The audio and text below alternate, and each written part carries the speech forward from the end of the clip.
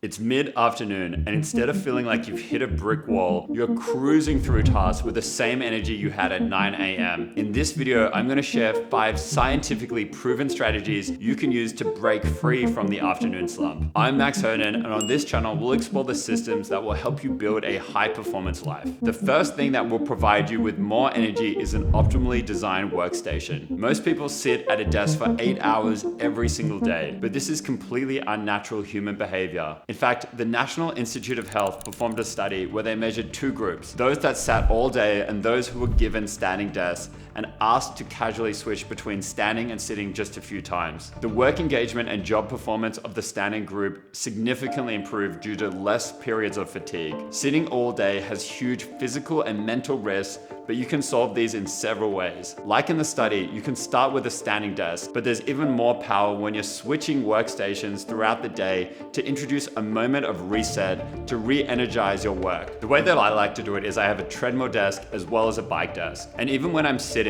I'm really conscious about designing my optimal workstation. I realized that I was really productive when I was working on flights. If I was lucky enough to be flying business, I could recline the chair and I would sink in, I'd be undistracted, but I wouldn't need to fidget and I would just drop into the zone. So I found a chair that simulates that experience where my back is very well supported and I'm really relaxed and I'm ready to do my best work. So I'd recommend to find a very comfortable workstation for you. Similar to how you structure your workstation, how you structure your day is key to keeping energy levels high. For me, I know that in the morning I do my best deep work. So I have a block of time where I can pump through really difficult tasks. There's actually a famous example of this from Jeff Bezos. He only takes his high IQ meetings where the results of those decisions have massive implications between 10 a.m. and lunchtime. He does this because he knows after lunch his mental processing isn't as sharp and it's not the time where he should be making big decisions. The morning isn't necessarily the best time for everyone, but it's important that you figure out your time of most productivity. That way you can structure your tasks around that. It's likely you're high performing in the morning because you haven't eaten lunch yet, but there are solutions you can implement to make sure that lunch doesn't make you feel tired. One of them is called the Japan 80% rule. The rule means you should eat until you're about only 80% full and then you should stop.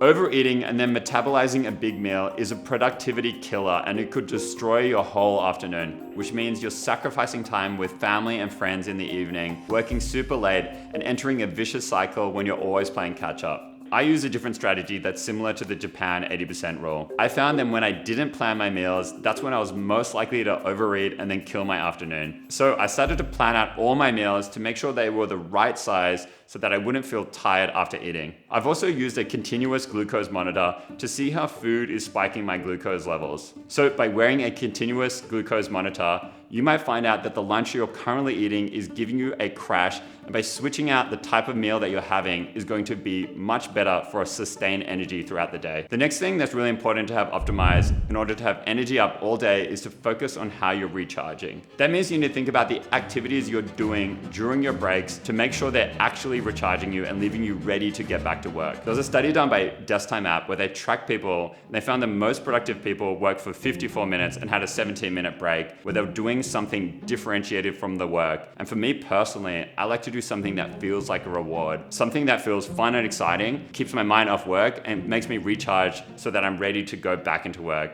That could be something like a walk in nature, chatting to a friend, playing a game, stretching, but doing something differentiated to make sure that I'm not just pushing all day and eventually hit a wall where I can't push any further. Even if you do everything that I've mentioned so far, this next factor is incredibly important. To perform at your highest level, you need to be drinking what's best for sustained energy. I used to swear by a morning coffee and the occasional energy drink or two, but I was noticing crashes in energy. So I switched to matcha and yerba mate, which I heard from people like Andrew Huberman were better to give you more sustained energy without the crash. But I still was noticing a little bit of dip and I was relying often on caffeine to get through the day. You might be addicted to caffeine too, but after quitting and struggling for 5 days, my energy has been consistently higher. I now replace my morning coffee or matcha with a lemon juice with sparkling water. Sometimes I'll add in electrolytes too. It still is a little bit of a treat for me and it gives you that sustained hydration, which is also scientifically shown to improve your cognitive performance. If you want to go deeper on one of the most important strategies I laid out in this video,